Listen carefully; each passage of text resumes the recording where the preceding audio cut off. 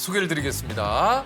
헤어질 결심을 한 부부들을 위해 이혼 주례를 서는 이혼 전문 판사 정현숙 판사님이십니다. 안녕하세요. 안녕하세요. 반갑습니다. 반갑습니다. 소개를 좀 해주시죠. 네, 안녕하십니까. 대구 가정법원 경주지원에 근무하는 정현숙 판사라고 합니다. 아니 이혼 전문 판사가 따로 있습니까? 예, 공식적인 명칭은 가사 소년 전문법관입니다.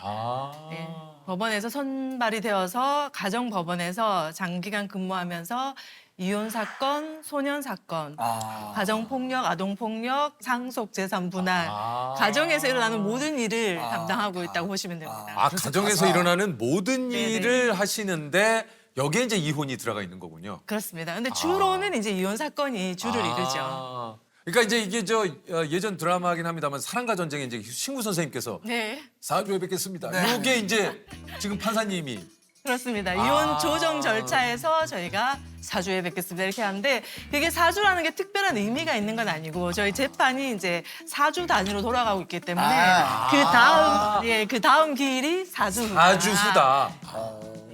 좀 어떻습니까? 재판장 풍경도 좀 달라진 게 좀 있을까요? 예전하고 좀 비교를 해서. 우리 젊은 부부가 부모님과 함께 오는 경우가 많습니다. 부모님과요? 예, 이혼 조정을 하면 부모님이 와서 아내와 남편은 가만히 있고 부모님들끼리 싸우는 경우도 있습니다. 어떤 경우인 거예요? 예를 들면. 이제 워낙 귀하게 자녀들을 키웠다 보니까 내 자녀가 이런 취급을 받고 살게 둘 수 없다. 라고 하면서 이제 딸을 둔 이제 부모라면은 사위를 막 이렇게 사위 잘못된 점을 조정실에서 얘기를 하시고. 이야기를 하고 그러면 이제 아들 측에서는 또 며느리의 잘못된 점을 이야기하고요. 거기서 또 싸우시죠. 그래서 제가 어떨 때는 이제 부모님 모시고 오지 마세요. 이렇게 말할 때도 있습니다. 예, 당사자들만 제발 나올 수 있도록 변호사님 부탁드립니다. 이렇게 말씀을 드리고 어떤 사건들은 저 부모님들이 아니었으면은 이 젊은 부부는 이 아무것도 아닌 이 갈등을 잘 있겠네요. 극복하면서 살았을 그래, 텐데 그럴 수 있어요. 그럴 수도 있을 것 네. 같아요. 저 부모님들 때문에 이혼하는구나 해서 너무 가슴 아픈 사건들도 있죠. 이게 그 지난달 통계청 발표에 따르면요. 2024년 이혼 건수가 28년 만에 최저치를 기록을 했는데 이게 그 젊은 신혼부부의 이혼율이 줄었다. 이게 맞습니까?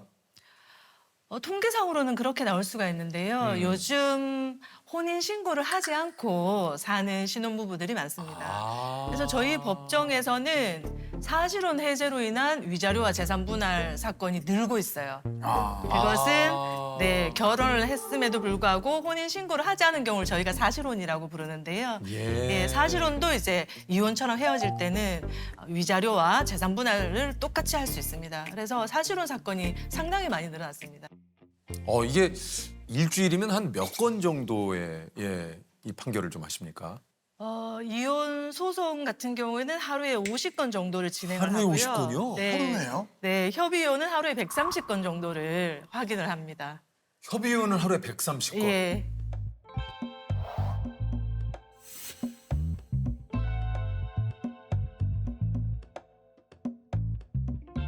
근데 생각보다 하루에 일어나는 이혼 건수가 굉장히 많네요. 이렇게 많은 것도 놀랐네. 네, 저희가 사건이 워낙 많다 보니까 한 기일에 저 같은 경우는 10분 단위로 3건을 진행을 하거든요. 그러면 이제 산술적으로 보면 한 건에 3분이죠. 그러네요. 네, 저도 네. 처음에 가정법원에 와서 이렇게 이혼을 많이 하면 그러니까요. 가정이 나만 아나? 이렇게 생각할 정도로 너무 많더라고요. 판사님께서는 판사로 이제 이렇게 되신 지가 얼마나 되셨습니까? 올해 21년 차. 그러세요? 네. 그리고 이혼 소송은 2017년부터 시작해서 올해 이제 9년 차 횟수로는 이혼 소송을 담당하고 있습니다.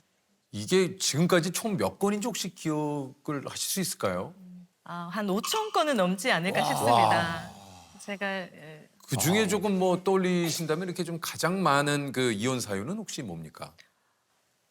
늘 등장하는 사유는 부정행위, 외도 이고요. 너 자그마치 너는 불륜이잖아. 그것도 가게 여직원이라. 외로워서 그랬다. 외로워서. 그리고 있어서는 안 되지만 폭행, 폭언, 경제적 무능력, 뭐 성격 차 이런 거는 늘상 등장하고요. 근데 가만히 보면은 딱 한 가지 이혼 사유는 없습니다. 줄줄이 다 나오거든요. 그래서 거짓말을 하게 되고 성격이 안 맞으니까 싸우게 되고 몸싸움을 하고 줄줄이 연결되어서 나오는 것 같아요. 그 이혼 재판을 또 하시다 보면 네. 뭐 진짜 상상도 못할 기막힌 뭐 일들이 굉장히 많으시다 그래요. 네. 이게 정말 현실이야라고 생각될 정도로 드라마보다 더 드라마 같은 내용도 많아요. 그렇다면서요. 네. 그런데 이 아내가 약간 남성 편력이 있긴 했어요. 남편한테 들킬 때마다 아, 미안하다 사과를 하고 그래서 남편이 사실은 결혼할 때 조금 고민을 했습니다. 고민을 하다가 아내가 내가 결혼하면 정말 당신만 바라보고 살겠다 이렇게 표현을 해서 너무 사랑했기 때문에 결혼을 했죠. 실제로 아내가 되게 잘했습니다. 집에도 잘하고 시댁에도 너무 잘했어요. 시부모님과도 잘 지내고 하나뿐인 시동생이랑도 너무 잘 지내고요. 그래서 남편은 부담 없이 이제 시댁을 자주 왕래를 했습니다. 가깝기도 했고요. 그래서 남편은 이제 편하게 시댁에서 아내가 너무 좋아하고 편안해하니까 본인도 본인 볼 일도 보고 이렇게 했는데 어느 날 이제 시아버지가 방문을 열었더니 자기 작은 아들과 며느리 그 불륜 현장을 목격한 겁니다. 시아버지. 그러니까 내 남동생과 내 와이프가 예, 불륜을 저지르는 거를 목격을 한 거네요. 시아버지가 남편은 외출 중이었고요. 시아버지가 목격을 한 거죠. 예. 아, 시아버지가. 예. 그러면 그 다음 일은 어떤 일이 벌어질 것 같습니까? 와, 일단은 아니, 상상도 일단은 못할 것 뭐- 같은데 일단은 이게 뭐야라고 아니 소리를 이걸 질러야 어떻게 해야 되나? 돼 이걸? 그런데 이 시아버지가 멈춰라고 해야 되나? 아니 좀 아니, 그러니까 아니 좀 멈춰. 아니, 지금 저- 거기에 도저히 아니 그러니까 아니, 그러니까 뭔가- 우리가 이게 시아버지가 빨리 정리해라 하고는 문을 닫고 나가시는 거예요. 어? 알고 봤더니 이 며느리는 이미 시아버지와도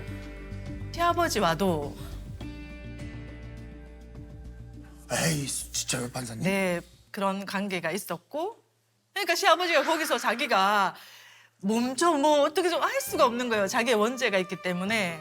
아니 그 상식적으로 예, 내 상식적이지 형수고 않죠. 네. 내 며느리인데 네네 상식적이지 않죠. 그럼에도 불구하고 어느 날 이제 또 다시 시동생과 그런 생각을 벌이다가 남편에게 적발이 되었어요. 네, 남편이 이제 그거 남편한테 적발이 되고는 발각이 되고는 아내가 그대로 가출을 해버렸죠. 아이들도 버리고. 그래서 남편이 이제 이혼 소송을 제기했고.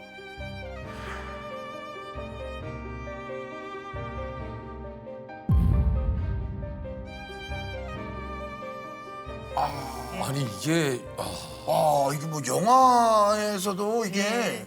사실 다루기 힘들 것 같아요. 아니 그러니까요. 네, 네. 대본을 쓰기도 힘들 정도로. 야. 그런 사건이 많습니다. 대본을 쓰기도 힘들 만큼 그런 사건들이 저희 가정법원에 많습니다. 절대 이런 배우자 만나면 안 된다 하는 게 좀 있습니까? 예, 이혼 소장에서 늘 등장하는 레파토리가 있는데요. 혼인 전부터 폭행이 있었습니다.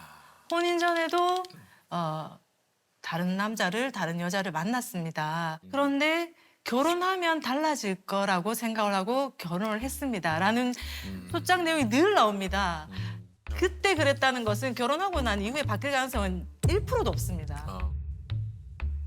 우리가 연애할 때 가장 좋은 모습을 보여주고 싶어 하고 최선을 다하지 않습니까? 그렇죠. 결혼하고 나면은 왜 노력을 해? 보통은 이렇게 되니까요. 그래서 연애할 때 그런 기미가 보인다. 폭행이나 폭언이나 더 나아질 가능성은 없습니다. 그래서 정리를 하셔야죠. 네. 예.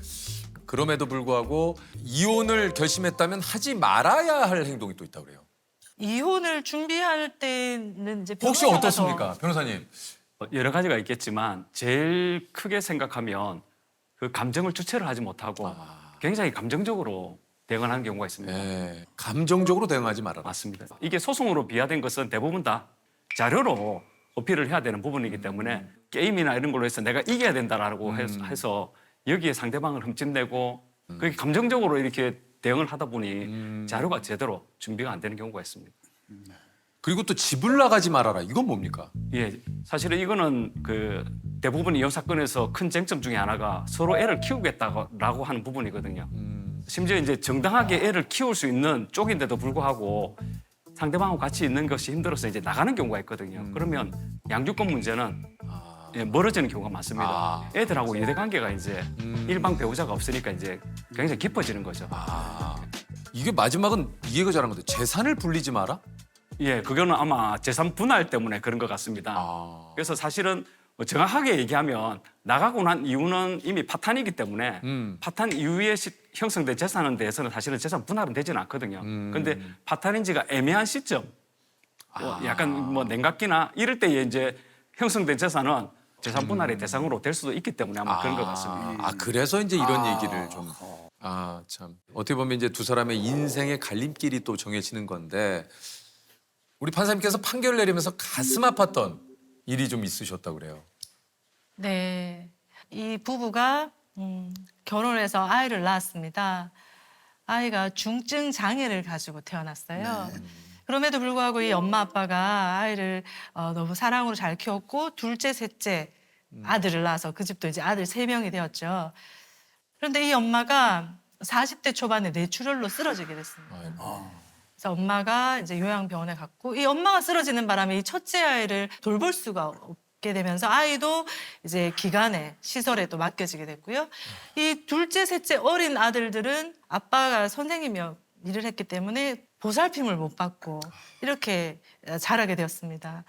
이 중증 환자가 2명 있다 보니 의료비가 너무 많이 들어서 살고 있던 아파트도 팔고 월세로 전전하면서 치료비를 댔지만 치료비가 너무 기하급수적으로 늘어나서 이 아빠가 이제 텔레비전에 이렇게 도와주세요 뭐 이런 프로그램에 나갔습니다. 그 방송에서 어떤 장면이 나왔냐 하면 이 아빠가 이 어린 2 아들을 영상을 찍어서 엄마가 있는 병원에 가서 엄마한테 보여줬어요.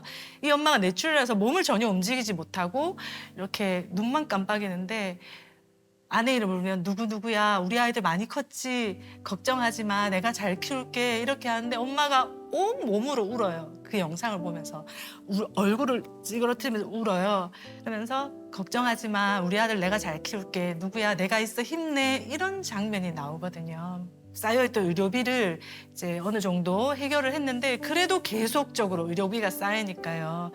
이 아빠가 이런 식으로 가다가는 어린 2 아이들마저도 잘 키울 수 없겠다. 완전히 몰락이 되겠다는 생각에 이혼 소송을 제기를 했죠. 이혼을 하고 이제 아내가 독거자가 되면 국가적인 보호를 받을 수 있기 때문에 그러면서 이 아빠가 법정에 나와서 하는 말이 내가 끝까지 옆에 지켜주겠다고 했는데 이렇게 이혼 소송을 제기하게 됐습니다 하면서 닭똥 같은 눈물을 뚝뚝 흘리는 겁니다. 그 법정에서. 누가 근데 그 아빠한테 돌을 던질 수가 있겠습니까? 아내가 그 소장을 받고 이러이러해서 이혼 소장이 왔는데 이혼에 동의합니까? 라고 물었더니 아내가 온 힘을 다해서 동의한다고 이렇게 눈을 깜빡였대요. 그 아내가 그 남편한테 해줄 수 있는 유일하고도 마지막인 도움이었어요. 남편에게 남은 2 아이들을 잘 부탁한다. 그 엄마는 회복되어서 가정에 돌아올 가능성이 없기 때문에 혼인이 파탄되었다라고 이제 이혼 판결을 하고 아이들은 이제 아빠가 진권 양육자를 지정을 하고 그렇게 이제 판결을 썼는데 그 판결문에 제 마음을 에세이를 쓸 수 없지 않습니까? 그래서 이제 이혼 판결을 하고 그날 밤에 제가 일기를 썼죠. 남편과 아내는 서로 원해서 결혼했습니다. 서로가 진정으로 원하지는 않지만 이혼합니다. 아내는 아이들 걱정을 하지 마세요. 남편이 이 이혼을 하는 이유는 당신이 그토록 사랑에 맞지 않던 생명을 같이 여기던 그 아이들과 살기 위해서입니다. 어린 둘째, 셋째를 그는 잘 키워낼 터이니 당신은 당신의 몸에 갇힌 영혼을 애통해하며 눈물 흘리지 마세요. 이제 아내의 손을 놓은 남편이여 당신의 어린 2 아들을 이제 있는 힘껏 안아주십시오. 사후에 알게 된 그 사건을 다 판결하고 난 다음에 알게 됐는데 우연한 기회에 제가 이혼 판결 선고한 그날 첫째 아들이 사망을 했더라고요. 그날 남편은 아내와 큰아들을 다 떠나보내게 됐죠. 그렇게 사랑하기 때문에 헤어지는 사건은 그 사건이 유일무이했습니다. 이혼이 굉장히 또 흔한 시대라고들 하지만 그럼에도 불구하고 이 상처를 받고 또 힘들어하는 분들도 굉장히 또 많습니다. 그런 분들에게 혹시 판사님께서 이렇게 나오신 김에 네. 가장 필요한 말 한마디를 좀 해주신다면요. 이혼 소송은 순간순간마다 상처받고 처절하게 찢겨지는 전투와 같은 긴 싸움이거든요. 그 지리한 전투를 마치지 못하고 삶을 마감하시는 분들이 계세요. 저도 이혼 소송 중에 그런 사건들이 있었고요. 이혼 소송은 끝나게 되어 있습니다. 그 순간이 지나고 나면 다시 새로운 시작이 다시 할 수가 있거든요. 그래서 이혼 소송 이후에 삶들을 기대하시면서 그렇게 그 순간을 버티셨으면 좋겠습니다. 네.